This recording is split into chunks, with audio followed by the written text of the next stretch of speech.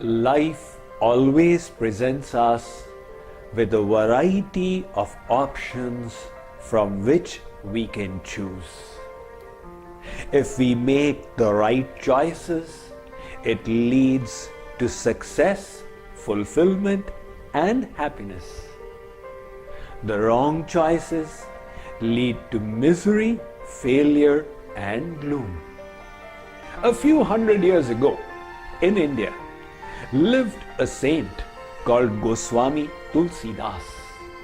He is famous today as the writer of the Hindi Ramayana. However, in his youth, he was not saintly at all. In fact, he was quite a Casanova. He was so infatuated by his wife that one night his wife had gone to live with her parents.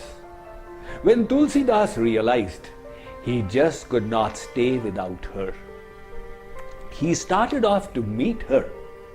But since it was a stormy night, there was no boat willing to take him across. He found a log that he held on to and swam across, and then found a rope hanging from the wall, which he grabbed and climbed up to jump through the window into his wife's room. He thought his wife would be pleased to meet him, but she was aghast. She scolded him for doing such a nasty thing. She said, "In your infatuation for me, you did not realize that was a dead body which you mistook for a log, and that was a snake that you assumed to be a rope.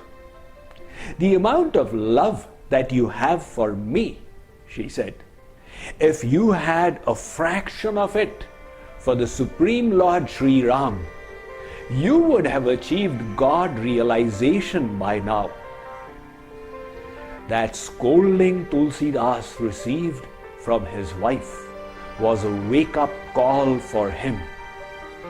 At that moment, he decided, "No more. I will no longer allow my mind to remain in this degraded state." He decided to take action. He turned around, engaged in spiritual practice and devotion, and transformed himself to the great Goswami Tulsidas. That one choice he made on that particular night had such a big impact on his life. Think about your own life, where you were 15 years ago, and then you made choices to either study engineering or medicine or accountancy or law, to get married or not to get married. And these choices brought you today to the station in which you find yourself in life. Today as well, you and I have choices that we can make. Some of these choices will be reversible. Some will not be reversible. The comedian Jerry Lewis, he shared that when he used to become frustrated with his marriage, he would take the movie of his marriage and play it in reverse. When he would see himself getting out of marriage, he would feel liberated. He realized this was a choice he had made from which it was not easy to extract himself. Nevertheless, he chose to laugh at his situation.